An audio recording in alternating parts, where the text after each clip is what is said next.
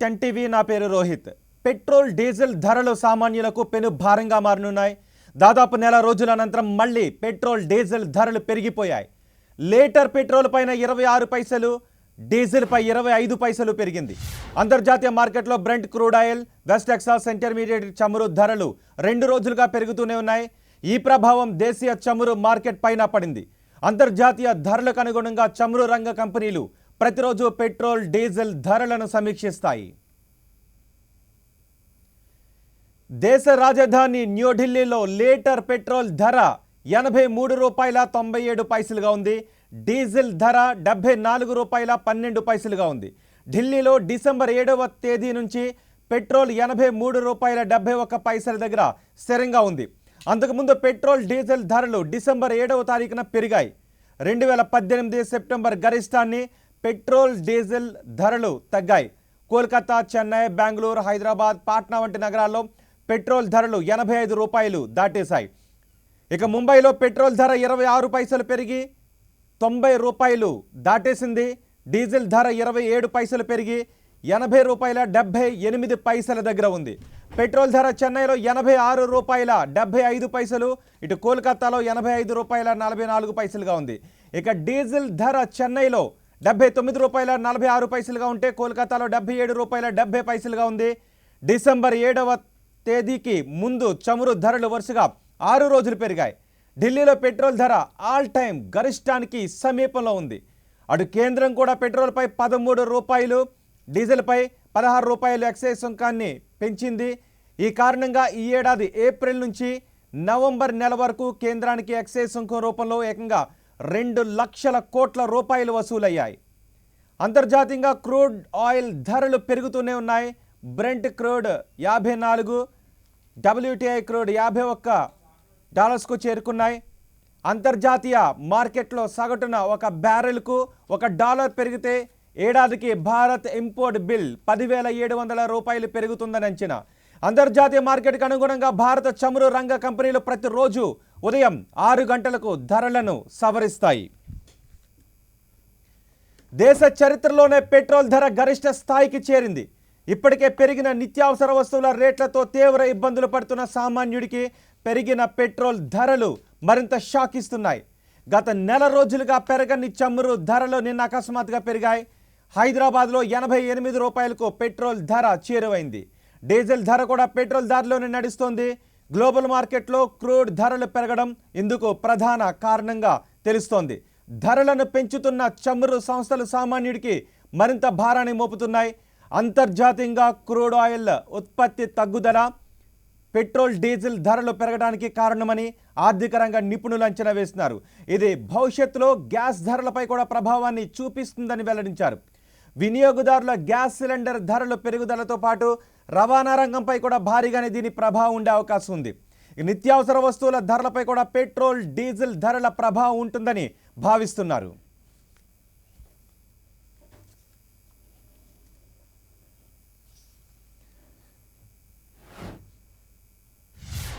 అసలు ఈ ఫ్యూయల్ ధరలు పెరగడానికి కారణం ఏంటి? ఫ్యూయల్ ధరల పెరుగుదల ఎటువంటి పరిణామాలకు దారితీసే అవకాశం ఉంటుంది అనే విశ్లేషణలో పాల్గొనడానికి ప్రముఖ ఎకనామిస్ట్ పాపారావు ప్రస్తుతం మన టెన్ టీవీ స్టూడియోలో ఉన్నారు.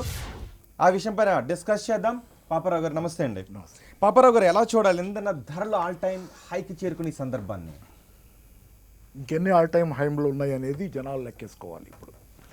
ఎందుకంటే ఒక పక్క ప్రజల ఆందోళన మిన్నుముట్టుతున్నా, అంటే డీజిల్ పెట్రోల్ విషయంలో ఇంకా జనాలు రోడ్డు మీదకి రాలేదు, కానీ ఆల్మోస్ట్ రైతాంగం అయితే మిగతా ఆ విషయంలో వాళ్ళకి సంబంధించిన 3 బిల్లులు ప్లస్ ఎలక్ట్రిసిటీ బిల్లు విషయంలో ఢిల్లీలో ఇవాళ ఒక ట్రయల్ ర్యాలీ కూడా చేసుకుంటున్నారు. వాళ్ళు 7వ తారీఖు ఇవాళ ట్రాక్టర్ ర్యాలీ ఒకదాన్ని ఢిల్లీ చుట్టూ వాళ్ళు రిహార్సల్ వేసుకుంటున్నారు.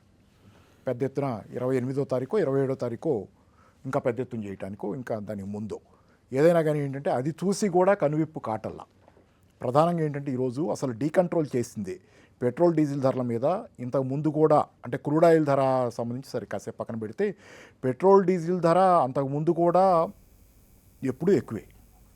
ఏ కాలంలో నష్టాలు వస్తున్నాయి చమురు కంపెనీలకు అని చెప్పిన కాలంలో కూడా ఎక్కువే. కరెక్ట్. ఎందుకంటే ఎక్కువ ఆ రోజు వాళ్ళ మాట ఏంటంటే ప్రభుత్వం ఆ డీకంట్రోల్కి ముందు అంటే పెట్రోల్ డీజిల్ని ధరల నియంత్రణ నుంచి తీసేయక ముందు, వాటిని మార్కెట్ రేట్కి వదిలేయక ముందు కూడా ధర ఎక్కువే. అబద్ధం చెప్పేవాళ్ళు అప్పుడు నష్టాలని. అబద్ధం ఎలా కవరప్ చేసేవాళ్ళు అంటే రంగరాజన్ కమిటీ కానీ ఇతరత్రా కానీ వాళ్ళు వాడిన మాట ఏంటంటే అండర్ రికవరీ అని.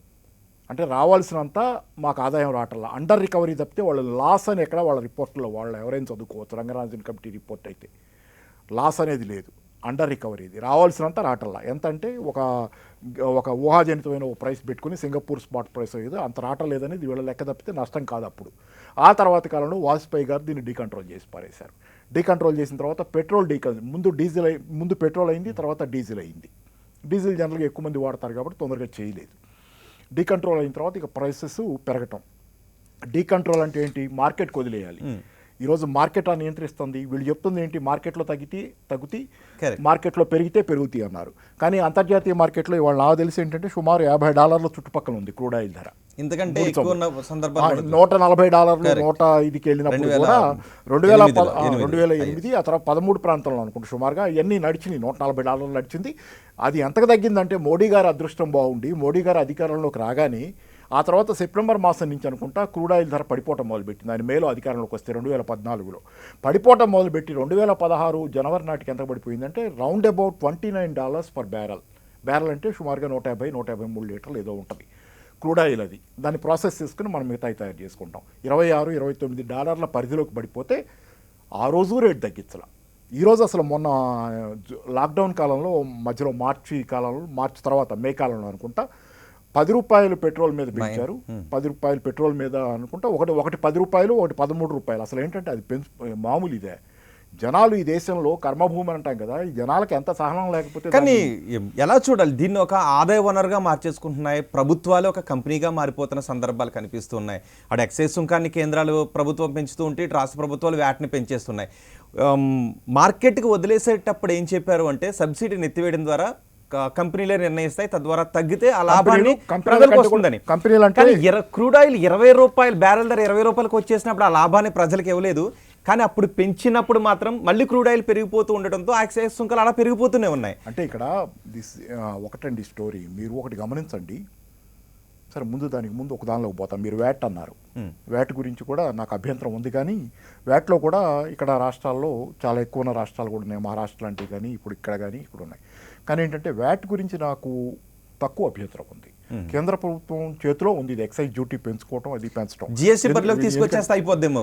జిఎస్టీ పరిధిలోకి అది కూడా దాని చేతిలోనే ఉంది. తెస్తామంటే వీళ్ళు చేయగలిగింది కూడా ఏం లేదు. ఆల్రెడీ ఆల్మోస్ట్ సినిమా అయిపోయింది కాబట్టి జిఎస్టీ సినిమా దరిదాపు వాళ్ళు ముగించేసుకున్నారు కాబట్టి ఇంకా కాస్త కూడా కబ్జా చేసినా అయ్యేదేం లేదు. రెండోది ఏంటంటే ఇక్కడ నేను చెప్పేది ఒకటి, ఈరోజు రాష్ట్ర ప్రభుత్వాల ఆదాయాలు ఎంత కటకట్లాడుతున్నాయి. ఈరోజు కాదు, గత 2 సంవత్సరాలుగా రాష్ట్ర ప్రభుత్వాలకు ఆదాయం నెమ్మదిగా తగ్గిపోతానే ఉంది. కేంద్రం కేంద్రీకృతం చేసుకుంటుంది ఆదాయాన్ని మొత్తాన్ని. ఉదాహరణ ఎలా చేసుకుంటుందంటే ఒక పద్ధతి, గతంలో ట్యాక్స్ ఆదాయం అంటే రాష్ట్రాలకు కూడా పంచడం ఉండేది. దానికి 42% షేర్ అని 15th finance commission, 14th finance కమిషన్లో, 15th ఫైనాన్స్ కమిషన్లో అది 41కి తగ్గటం, ఇట్లా ఏదో షేరు రాష్ట్రాలకంటూ ట్యాక్స్ ఆదాయం పన్నాదాయంగా కేంద్రానికి వెళ్ళిన దానిలో రాష్ట్రాలకు మళ్ళీ వాటా వచ్చేది, ఎవరు వాటా వాళ్ళకి. కానీ ఈరోజు జరుగుతుంది ఏంటంటే ఇలా వాటా ఇవ్వాల్సి వస్తుందని ఈరోజు ఉన్నటువంటి బీజేపీ ఎన్డీఏ ప్రభుత్వం కేంద్రంలో రాష్ట్రాల వాటా తగ్గి ఆర్థిక కేంద్రీకరణ కోసం ఇదేం చేస్తుందంటే ప్రధానంగా ట్యాక్స్ వేయకుండా దీని మీద ఎక్సైజ్ డ్యూటీ రూపంలోనూ, ఎక్సైజ్ డ్యూటీ ఎలా ఇది సెస్సుల రూపంలో సర్చార్జుల రూపంలో వేస్తుంది. మీకు మార్చి నేను చెప్పిన ఇందాక మే నెల కాలంలో ₹13 పెంచింది. ఎలా అంటే స్పెషల్ ఎడిషనల్ ఎక్సైజ్ డ్యూటీ.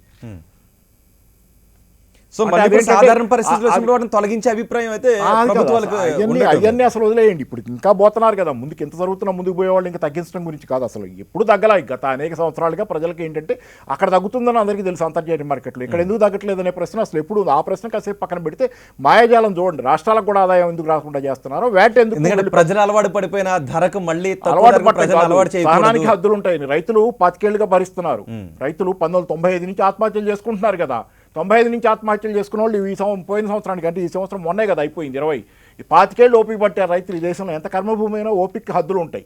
25 ఏళ్ళు ఓపిక పట్టి చచ్చిపోయి ఈ పాయింట్కి వచ్చారు వాళ్ళు. అందుకని ఏంటంటే ఇది రోజు వ్యాట్ దగ్గరికి వచ్చేసరికి ఒకటే స్పష్టంగా. పాపారావు గారు, ఇప్పుడు ₹50 క్రూడ్ ధర ఉన్నప్పుడు మనకి ఆల్ టైమ్ హ్యాక్ చేరాయి. ఇంతకుముందు మనం చూసాం 2008లో యావరేజ్నే $99 చూసాం. అలాగే 11, 12, 13, 14 వరుసగా అక్కడ కూడా యావరేజ్ ప్రైస్ అబోవ్ 90 చూసాం. ఇప్పుడు ₹50 దగ్గర ఈ ధరలు ఉంటే ఒకవేళ అలాంటి పరిస్థితులకు వెళితే ఇప్పుడు ఫ్యూయల్ ధరలు ఏ రేంజ్లోకి వెళ్ళిపోయే అవకాశం ఉంటుందండి? అది అంత రేంజ్లోకి పోనివ్వరు కదా జనం. బియాండ్ పాయింట్ ఇప్పుడు వాళ్ళకి కూడా అర్థమైంది కదా ఏం చేయొచ్చు, దీని మీద నిరసన ఆర్డర్ తెలియజేయొచ్చు అని. నేనేం పోయి ఢిల్లీని ఆక్రమించుకోమని చెప్పడం లేదు, కానీ నిరసన తెలియజేయొచ్చు అనేది జనాలకు అర్థమైంది కదా. ఎలా తెలియజేయాలో కూడా చూపిస్తున్నారు కదా. మనం బ్యాక్వర్డ్ అనుకునే రైతాంగం ఈరోజు నిజంగా రైతాంగం కొంత చైతన్యం తక్కువే ఉంటుంది. అర్బన్ ఏరియాస్లో ఉన్న చైతన్యం రైతాంగానికి ఉండదు, పల్లెటూళ్ళలో ఉండదు అనుకుంటాం. కానీ వాళ్ళు చూపించినప్పుడు నగర ప్రాంతాల్లో తొందరగా మొబిలైజ్ అవ్వటం కష్టం. ఈరోజు ఏంటంటే మొబిలైజ్ చేసే ఫోర్సెస్ అంత ఈజీగా నగర ప్రాంతాల్లో కుదరవు కాబట్టి మొబిలైజ్ అవ్వటంలా. ఎందుకంటే ఇండివిజువలిజం వచ్చింది, క్యాపిటలిజం వచ్చింది, ఎవడు బతుకువాడిది అనేది వచ్చింది, ఎవడికి చెప్పుకోవాలో తెలియని స్థితి వచ్చింది. ఇక్కడ మొబిలైజ్ అవ్వటం కష్టం, కానీ ఇక్కడ మొబిలైజ్ అయితే అంత ఈజీ కాదు కదా. సర్ఛార్జీలు సెస్లు పెంచడం ద్వారా ఏం జరుగుతుందండి ఆయిల్ మార్కెట్లో? సెస్ సర్ఛార్జ్ పెరిగితే ఏమవుద్దంటే ట్యాక్స్ వేస్తే కనుక రాష్ట్రాలకు వాటా ఇవ్వాలి.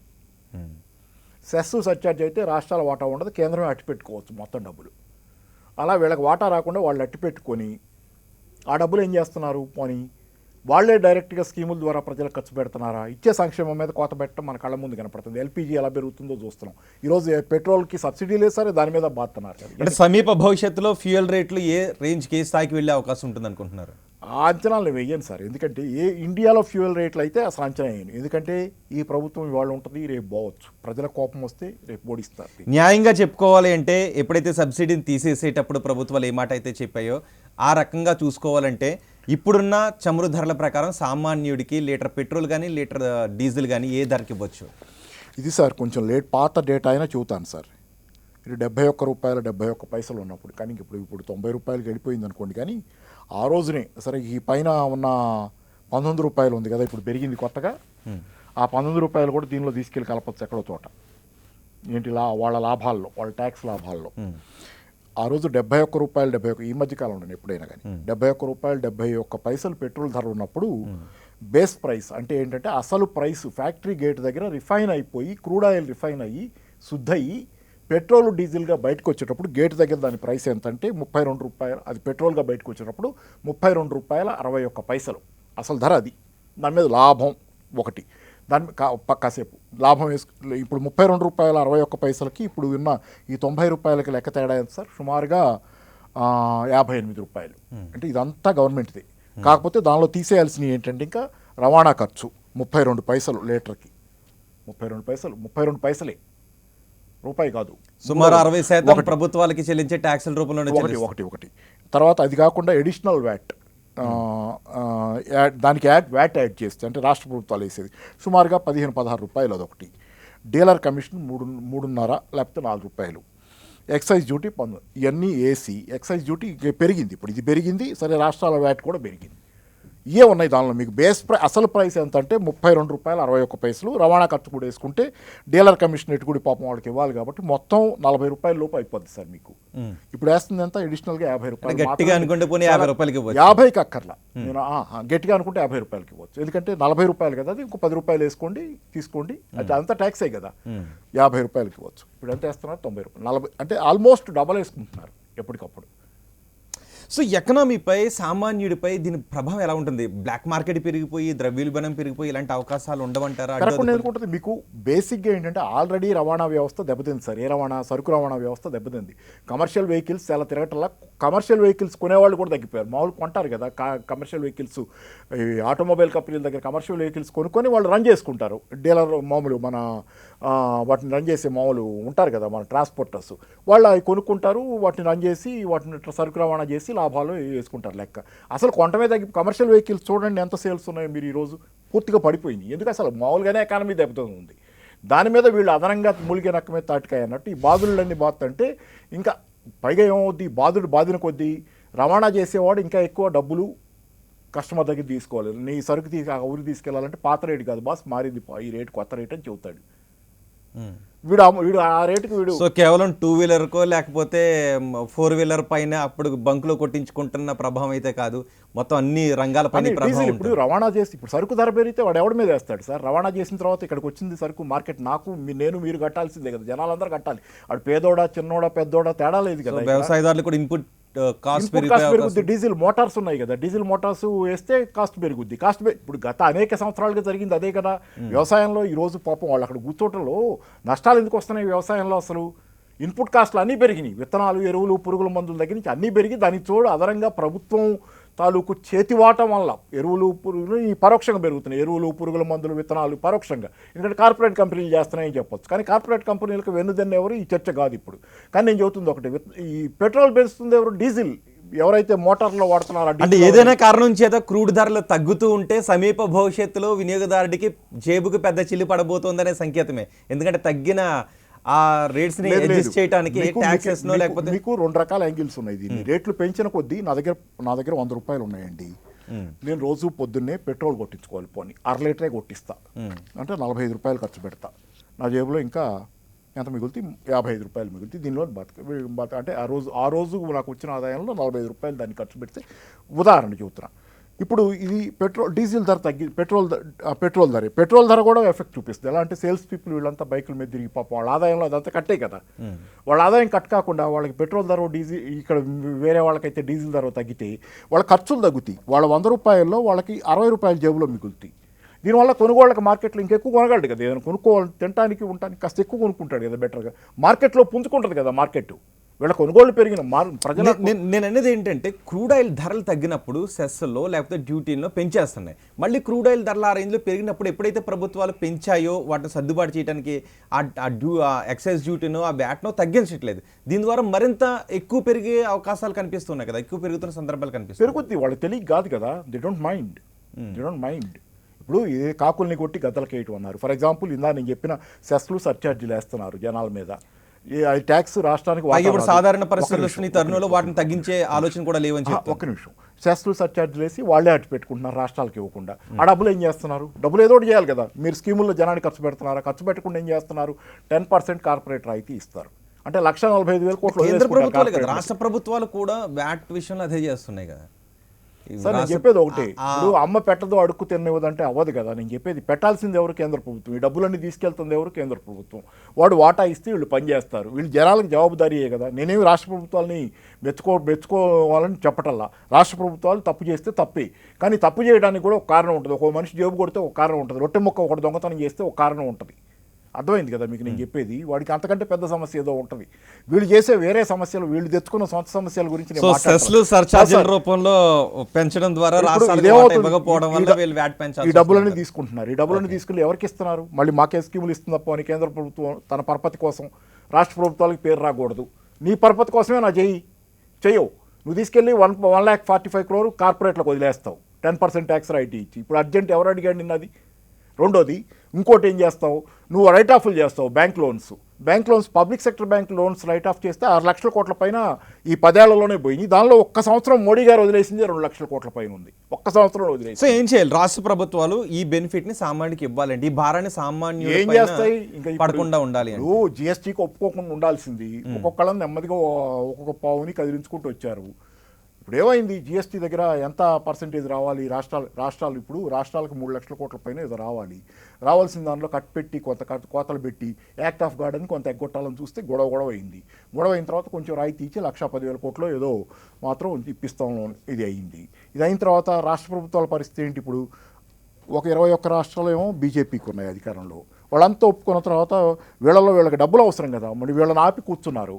వీళ్ళని ఒప్పుకోలేదు కాబట్టి మీకు ఆగినాయి అంటున్నారు. ఆ జిఎస్టీ వాటా రాకుండా 2 నెలలకు రావాల్సింది ఆపి కూర్చుంటే, లేకపోతే ఇంకోటి చేస్తే వీళ్ళు ఏం చేస్తారు? ఒకళ్ళ తర్వాత ఒకళ్ళు టప్ వెళ్ళిపోయారు కేంద్రం. అంతర్జాతీయంగా చమురు ఉత్పత్తి దేశాల ఆలోచన విధానం ఏ విధంగా ఉంది? అక్కడ పరిణామాలు ఏ విధంగా ఉన్నాయి ఇప్పుడు ఉన్న పరిస్థితుల్లో?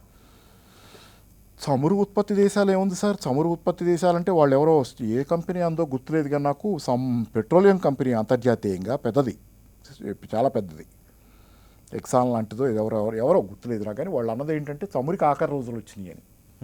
చమురికి ఆఖరి రోజులు ఏంటంటే ఈ